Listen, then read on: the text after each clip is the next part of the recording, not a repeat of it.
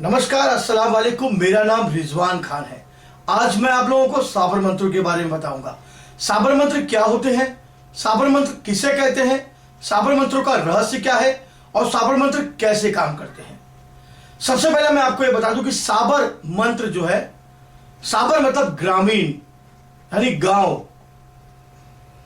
देखा जाए तो उसे ग्रामीण क्षेत्र का एक शब्द कहा गया है साबर, और अगर उसे दूसरी भाषा में देखा गया, साबर का मतलब होता है सब्र। यानी साबर मंत्र एक ऐसा प्रयोग है जिसे एक आम आदमी भी कर सकता है। मुझे तमाम वीडियो मेरे अपलोड होने के बाद मुझे काफी मेल्स आए, हजारों की तादाद में लोगों ने मुझे मेल किया और ये पूछा कि बाबा कोई उपाय बताए, कोई उपाय बताए, कोई उपाय बताए। तो मैं अब एक कोशिश करूंगा कि उनकी हर समस्याओं का उपाय वो खुद मेरे वीडियो से निकाल ले और उसको वो पूरा करे, और उसका जो असर है वो उनको देखने को मिलेगा। जी हाँ, साबर मंत्र एक अचूक तीर की तरफ प्रभावशाली, अत्यंत शक्तिशाली, जिसे मैं कह सकता हूं ब्रह्मास्त्र मंत्र होता है। लेकिन सबसे बड़ी बात, जो किताबों में पाया जाता है वो ओरिजिनल मंत्र नहीं होता। उटपटांग होते हैं, बनाए गए होते हैं, या वो किलित होते हैं। किलित मतलब उस मंत्रों के आगे का विधि विधान नहीं बताया जाता है। और कुछ किताबों में वाकई में साबर मंत्रों के बारे में आपको बहुत कुछ मिलेगा, देखने को मिलेगा, सुनने को मिलेगा, पढ़ने को मिलेगा। हमारे जानकारी के लिए सबसे पहला मैं बता दूंगा आपको कि साबर मंत्र जो है एक ग्रामीण क्षेत्र से लिया गया शब्द है। साबर यानी ग्रामीण। आम भाषा में भी हम इस साबर मंत्रों का प्रयोग कर सकते हैं। शास्त्रीय मंत्र जो होते हैं वो बहुत, संस्कृत मंत्र जो होते हैं, बीज मंत्र जो, तो हमें पढ़ने में कहते हैं ना कि अगर एक शब्द का भी अगर उच्चारण में हेर फेर हो जाए या जरी सी गलती हो जाए तो शब्दों का विपरीत प्रभाव पड़ जाता है। जैसे मैं आपको बता दूं, चिंता, चिंता के ऊपर एक टिम्ब लगा होता है। अगर उस टिम्ब को हम निकाल दे तो हो जाता है चिता। अगर हम वो टिम्ब वहां लगा दे, बिंदी, तो हो जाता है चिंता। उसी तरह उर्दू में कहा जाता है खुदा। खुदा के ऊपर अगर हम नुक्ता लगा दे या बिंदी लगा दे तो हो जाएगा जुदा। अगर उसको निकाल दे तो हो जाएगा खुदा। तो एक शब्द भी अगर हमारे बोलने में अनाप शनाप या ऊट पटांग अगर निकले तो मंत्र काम नहीं करते। ये शास्त्रीय संस्कृत मंत्र और बीज मंत्रों के हैं, लेकिन साबर मंत्र में ऐसा नहीं है। साबर मंत्र आपको सुनने में अजीब से लगेंगे कि ये क्या है, ये कैसे काम करता है। इसमें हम सिर्फ कसम, दुहाई और हम हमारे गुरु की आन देकर हम इससे अपना काम निकालते हैं। जैसे एक छोटा बच्चा, आपने देखा होगा कि छोटा बच्चा जब रोता है, माँ के बात है, माँ से कहता है माँ 1 रुपया दे दो, 1 रुपया दे दो, तो वो माँ तुमको मेरी कसम, माँ तुमको मेरी कसम। तो माँ अपने बच्चों के सामने टूट जाती है। माँ की ममता जो है वो अपने बच्चों के सामने, या बाप हो, बच्चे अगर उनके सामने आकर मांगे तो बच्चों के आगे माँ बाप बेबस, लाचार हो जाते हैं और फिर वो रुपया निकाल के उसको दे देते हैं। उसी तरह हम जिन शक्तियों से काम लेते हैं, साबर मंत्रों में उन शक्तियों के बारे में लिखा होता है। चाहे वो हिंदू धर्म के मंत्र हो या मुस्लिम तंत्र के मंत्र हो, गुजराती में हो, मराठी में हो, फारसी में हो, इंग्लिश में हो, किसी भी भाषा के, हमारी तरह के जितनी भी हिंदुस्तान में भाषाएं बोली जाती हैं, साबर मंत्र हर एक भाषाओं में पाए जाते हैं। साबर मंत्रों का प्रयोग आप अपने लिए कर सकते हैं, लेकिन गुरु बिना ज्ञान नहीं। किताबों में लिखा होता है कि आप गुरु के बिना कर सकते हैं। जी नहीं, कोई भी मंत्र आप गुरु के बिना शुरू नहीं कर सकते। आपको किसी ना किसी को अपना गुरु मानना ही होगा, दीक्षा लेनी ही होगी, और इष्ट या हमारे खुदा, हमारे देवता जिसको आप मानते हो। अब सबसे बड़ी बात तो है कि साबर मंत्रों की रचना कैसे हुई। कहते हैं ग्रंथों और पुराणों में जो लिखा है कि साबर मंत्रों की रचना करने वाले गुरु गोरखनाथ हैं। भगवान शिव जी ने साबर मंत्रों की रचना की और गुरु गोरखनाथ जी को बताया।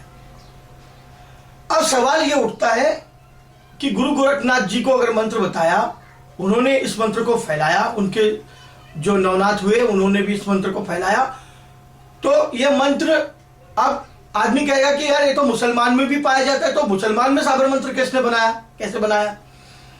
गुजराती में किसने बनाया, उनके देवता अलग है। मराठी में किसने बनाया, उनके देवता अलग है। मुस्लिम में किसने बनाया, उनके पीर पैगंबर दुआ करने वाले खुदा अलग है, वली अल्लाह अलग है। तो ये भाई, ये जानने की बात तो ये है कि मंत्र किसी ने भी बनाया हो, पर उसको सलाम करना चाहिए। मंत्र काम करता है, ये बहुत बड़ी बात है। हमारे जीवन में मंत्र काम करता है, साबर मंत्र बहुत काम करता है, ये बहुत बड़ी बात है। जिसने भी बनाया उसको सर से लेकर पैर तक सलाम करते हैं। मंत्र जो है साबर मंत्र, इसमें दुहाई, कसम और आन देकर, और अगर ऐसा लगा कि कोई काम कुछ डिफिकल्ट है, हार्ड है, तो उसमें थोड़ी बहुत हमें उनको अनाप शनाप कह के भी अपना काम निकालना पड़ता है।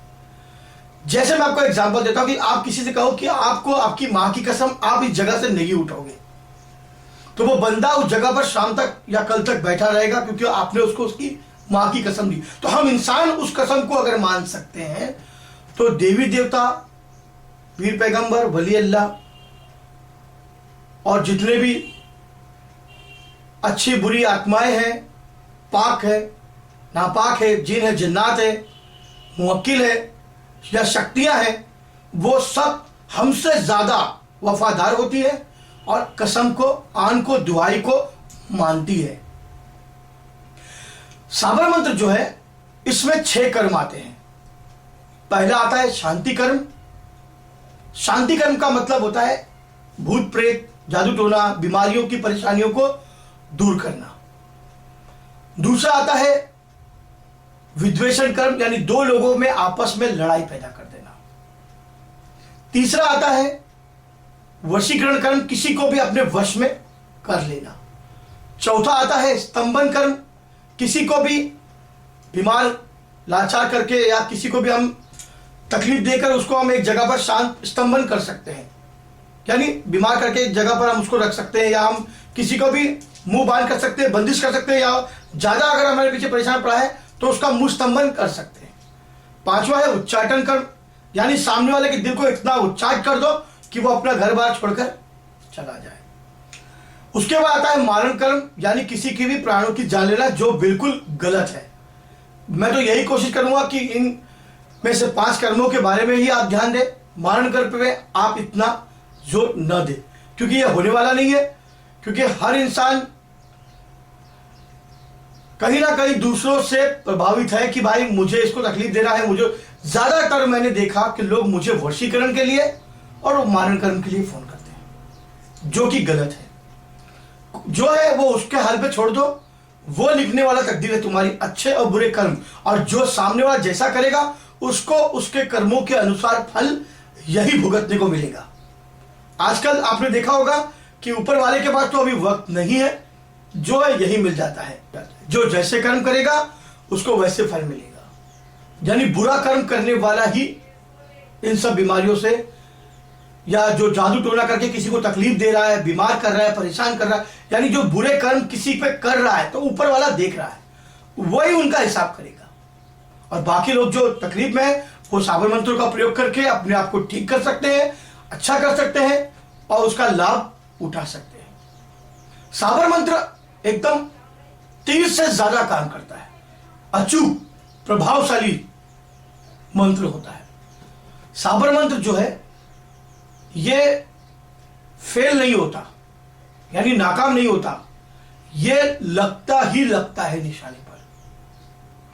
साबर मंत्रों का इस्तेमाल अगर आप सच्चे मन से, अगर सच्ची नीयत से तंत्र विद्या को सीखना चाहते हैं, या इसका सीखकर आप किसी का भला करना चाहते हैं, तो आप साबर मंत्रों का प्रयोग सीख सकते हैं और कर सकते हैं। गांव में ग्रामीण ओझा, पंडित, बाबा, बुआ, तांत्रिक, आमिल, सभी लोग ज्यादा करके जो अनपढ़ होते हैं, देखो वो लोग साबर मंत्रों का प्रयोग करते हैं, क्योंकि साबर मंत्र पढ़ने में बहुत आसान होता है और इसका प्रयोग और इसका इस्तेमाल भी करना बहुत आसान है, सरल है।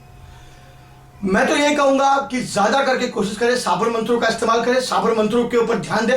साबर मंत्र वाकई में काम करता है और इसकी शक्ति है, लेकिन कुछ प्राचीन मंत्र जो होते हैं, जो लुप्त है, विलुप्त हो गए हैं और जो दुर्लभ है, मैं कोशिश करूंगा आगे चल के मेरे वीडियोस में आप लोगों को ऐसे प्राचीन मंत्रों के बारे में जो कई सौ साल पहले की किताबों में लिखे वो आपके सामने लाने की कोशिश करूंगा, जिससे वाकई में आप लोगों का बहुत फायदा होगा।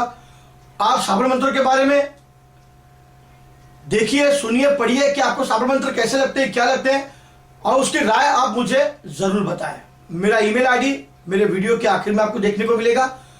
अगर कहीं ना कहीं आपको यह मेरा वीडियो अच्छा लगा साबर मंत्र के ऊपर जो मैंने आज आपको बताया, तो आप मुझे लाइक और सब्सक्राइब जरूर करें। मैं ऐसे और भी वीडियो बनाकर अपलोड करता रहूंगा ताकि आप लोग भी साबर मंत्रों का फायदा उठा सकें। जब तक के लिए नमस्कार, खुदा हाफिज।